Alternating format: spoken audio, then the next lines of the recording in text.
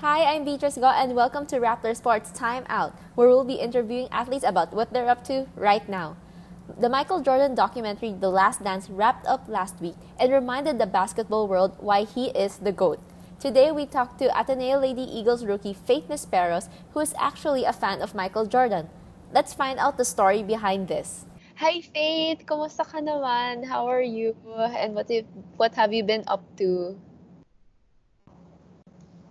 Well, I'm okay, still at home, and I've been, just working out, just been bonding with my family, and some of like just watching Netflix. Yeah, that's really all. Yeah, and speaking of watching Netflix, you're not over The Last Dance yet? Actually, to be honest, I haven't really finished it, but I'm really looking forward into finishing it. Oh, what episode are you on now? Episode 9. So yeah, Okay, so you're almost done na. So what are your thoughts yeah. on it naman? Yeah, so far it's more like getting to know more about Jordan. So it was really nice because I only heard about him from my coach actually. So I've been also watching from YouTube some of his highlights and that's really all. So, yeah. From your coach, so that's Coach O, is it? Coach Biggs actually, my coach in high school. Oh, okay. So Coach Babes was the MJ fan. Yeah. Okay, so how did it start naman? Like, paano ka naging Michael Jordan fan na, your age, you're from a different generation, basically. Yeah. So I've heard stories from my high school coach, Coach Babes, and that's when it really all started. Hearing from him like all the quotes from Michael Jordan, this book that he introduced to us, the 11 Rings by Coach Phil Jackson. So that's when it all started. Okay, and when was this? When you were starting out in NU pa lang? Like you already heard of Yeah, him? like I think I was on my grade 8. Grade 8. So I was around 14 years old. Yeah. Yeah. Then when did you start wanting to like research more about him, get to know more about him? Actually, it really all started when he introduced to us the triangle system, as what he said. And then that was really Coach Phil Jackson's philosophy that he adapted it from another coach.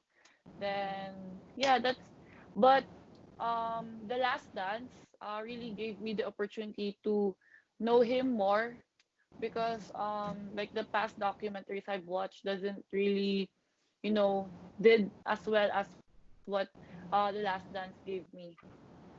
Mm. And then for the triangle system, you mean like in-apply niya sa volleyball? Like si Coach Babes? Yeah, he actually What? yeah, actually applied it to us. Oh, okay. And then like let's talk more about the 11 rings because that's about more of like Phil Jackson's coaching philosophy, right? Yeah, So yeah, yeah. like why would you recommend this So book? uh okay. Yeah. My coach really recommended it, but I never really got the chance to read it.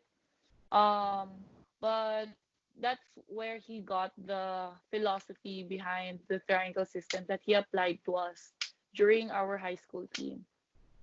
Okay, so what's this? So how did it like transition to volleyball? Okay, so it's really kind of hard to explain, but the point of the triangle system is for everyone to have an equal opportunity to contribute to um, give points to the team, and that's it actually. So more on the volleyball technicalities is kind of complicated to explain, but the end point is the point of our coach is to give the impression that we are a star team, as he said, because everyone can contribute. Okay. And then when you end, kasi like in high school, yeah, you were one of the top scorers of the team nga. So how did you learn how to trust your teammates? Because I'm sure like in that triangle system and even according to the last dance, like every like trust was super important. Yeah. I think trust developed over the years since I've been with the team for at least 6 years. So we were together since my first year in high school. So over the years that trust developed, and of course in our everyday trainings and every day we were together in the dorm. So I think trust was easily developed in our team because we were very close with one each other. Yeah. And based on the last dance, what other qualities did you like about Michael Jordan that you can apply to yourself as an athlete? Well, his competitiveness, so it was really intense. So, we're kind of opposite when it comes to personality. He was so intense, so hard on his teammates, so harsh at sometimes like over the line harsh. But what I could really apply from what I've seen from him is his competitiveness. His competitiveness that he wants to be always the best. So that's the number one trait that I really liked about Michael Jordan. I see. So, what other Michael Jordan books, docus, or content can you recommend? Well, of course, The Last Dance, of course. Then I think there's some on YouTube. I don't really remember the title. And then the books, 11 Rings, and then there's this book that was written by their sports psychologist. So I kind of forgot the title, but it really talks about mindfulness. So I think that's one of the traits that Michael Jordan quite understood, that he was really always at the moment. So that book by their sports psychologist together with Phil Jackson, I think they wrote it together. So it really talks about how mindfulness can affect uh, one one's performance as an athlete. So, do you practice mindfulness also? Yes, of course. So in our team, in Ateneo team, diba, we always meditate, as you could see during every in between sets. And meditation was first introduced to me back when I was in high school.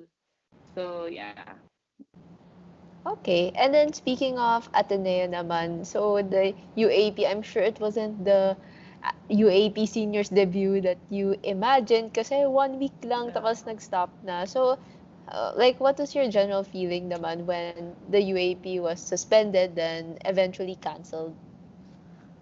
Well, I think my initial reaction was I was really, really down at that time because, of course, we've trained like for 9 or 10 months, and over the Christmas break, we were training not, we were not like out there and having a vacation. We were really training really hard, and that's really the part that I couldn't move on that quickly because we've trained so hard. But then after some time, of course, I came to thinking, of course, it's for everyone's safety. So, volleyball is a part of us, but what's happening right now is beyond us. So, I think the situations is asking us to accept it, and hopefully, so soon this will end and our volleyball lives will continue on. So, yeah. Yeah. How long have you been training with Ateneo? Well, I started around, I think, June. So actually not a year pa. So yeah. Yeah, pero how was it naman, the experience na, you're preparing with the defending UAP champions and then you also played in the Yeah. PVL? It was really I don't know, like that. So everything I went through is so difficult. No, it was really another level from my high school experiences. So I think I've learned a lot really, not only skill wise, but more on character building actually. So I've been playing volleyball for like 10 or 11 years, but being with the Ateneo team really developed my character. No, it really pushed me not to give up. Yeah. But then it was really your dream school, no? Ateneo.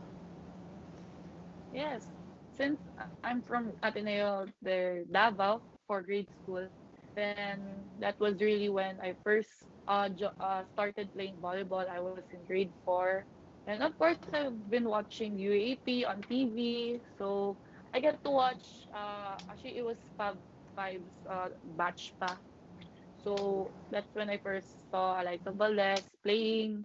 So of course, Ateneo Pride. So why not go there? Why not dream of going there? Yeah. And then there are also a lot of Ateneo Lady Eagles who are from Ateneo de Davao. I think, was it sila Maddie? Maddie Madayag? Or, yeah. But then, like, I think she's from another school, but I saw her training in Ateneo de Davao too before. yeah, so, May Tajima, and yeah, I think that's all. Yeah. yeah, so were you able to talk to them, like, eventually, like, while you were, dreaming of, going to Ateneo, joining the team, and playing in the Mm. UAP seniors?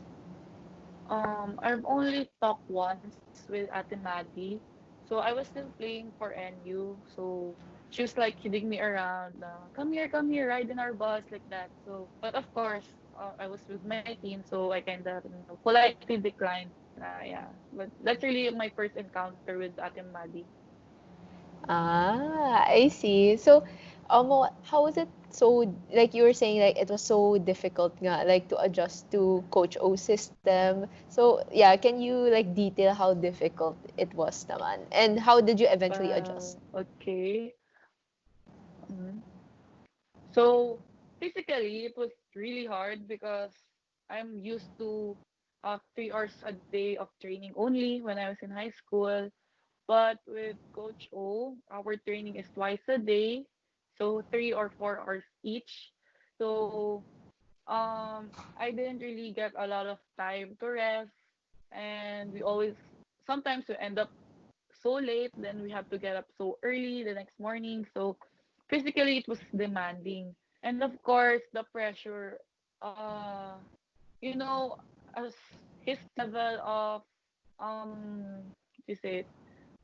If you can handle Coach O when he's pressuring you in training, I think you could handle anyone when you're like outside or on the court. So that's really how intense he is when we're training. And what really made it good for me was the teammates. I had teammates that were very encouraging. They always motivate us, especially I'm a rookie. So yeah, that's really the experience with Coach O and the team. I see. And then, like, going back to what you said about pressure, was there a lot of pressure also that you were like the top recruit also of the Ateneo Lady Eagles? Parang 1 year, like, they've been talking about you. Well, the pressure is there, of course, but I didn't really put it in my head. Like, I know that the pressure will just give me like thoughts that could affect my game. So, I was just aware that the pressure is there, but not really minding it. So, just so that I won't be pressured as others would expect that I would be. Yeah. And then in the UAP, I think you played 2 or 3 games already. Two games, UP Two. and LaSalle. Yun. So talk about your experience naman. Like it was both rivalry matches, Battle of Katipunan, tapos Ateneo Lasal. Okay. So, UP game, that was our first game. So, that was the first time I stepped into the court, finally playing for the seniors. So, at the start, I become kind of emotional. Oh my God, we're finally here. The feeling like that. But then, of course, I just enjoyed the game and all that. But when LaSalle game came in, it was a different kind of pressure because I don't know, it's been years since they last defeated LaSalle. So everyone was very eager to defeat them. But we didn't. So um that was the time that we really wanted to play the next game just so we could, bow it. But then it all got canceled. So we were like frustrated, oh my god, we didn't get the chance to do it again. And but the situation is like that. We really have to accept it. So, yeah. Ganun, parang next year na lang. Yeah, which I really hate, but okay. Yeah, so what do you miss naman about because like I talked to Coach O, or more of like Coach O was in a forum also in of Ateneo de Davao, and he was like saying that you guys at first when the lockdown happened, like you guys were in a grieving stage na you guys missed each other, ganon. So how did you guys cope with it? We had our team meetings, so it was scheduled, and then we get the chance to talk with each other, and then like that, then our teammates gave us assurance that whenever that you need someone to talk to, we're just one message away and all that. So, we just really have to be grateful then that we're with our families. Then our time together would be soon, but we'll soon be back together again. So we just have to wait. Okay, so do you guys train together or dapat I mean like online Zoom, or how do you guys manage your Not schedules? really. Well, we have our program given to us, and then it's really up to us what time of the day will we do it, as long as we do it. So, yeah, that's it. I see. So what do you miss most naman about your teammates? Or even playing or like volleyball in I miss, general? uh, okay. What I miss really is our bondings. Of course, when we're together, all we do is laugh and enjoy. And then, of course, volleyball. I miss actually playing. I miss like spiking the ball. I don't have any court that I could train on, so I don't really have anyone to play with. Though it's really kind of frustrating knowing that I might not be back to training in my 100% condition. But yeah, I really miss playing though. Like the Yeah. competitiveness and all that. Okay. And then so the last na, so your tips naman to your fellow athletes on how to stay motivated. Hmm. Okay, there's one way that I do to stay motivated is watch videos, watch movies. So of course, Last Dance. I've watched Last Dance, and some other motivational movies like Coach Carter. Ano pa ba? There's a lot in Netflix, so you could just search for them, and then you could like watch replays of your games. Then of course you have to tell yourself that it's okay. You have to tell yourself that it's okay of what's happening right now, that you don't really get to train as intensely as we did before. But yeah, you just really have to accept it, and of course move. You have to make yourself work out, make yourself like achieve goals, like set goals that you could like you want to lose weight, then go for that goal, diba? So you could just stay motivated while in lockdown. Mm, yun. Ang ganda naman ng tips mo. Like, it's actually motivating to watch mga sports movies and documentaries. Yeah. Yeah. Well, yun lang, Faye. Thank you so much for joining me in this Rappler Sports Timeout episode. I hope you'll stay Okay, you're safe and welcome. take care also. Okay, take care too. Okay, thank you. Bye-bye. Bye.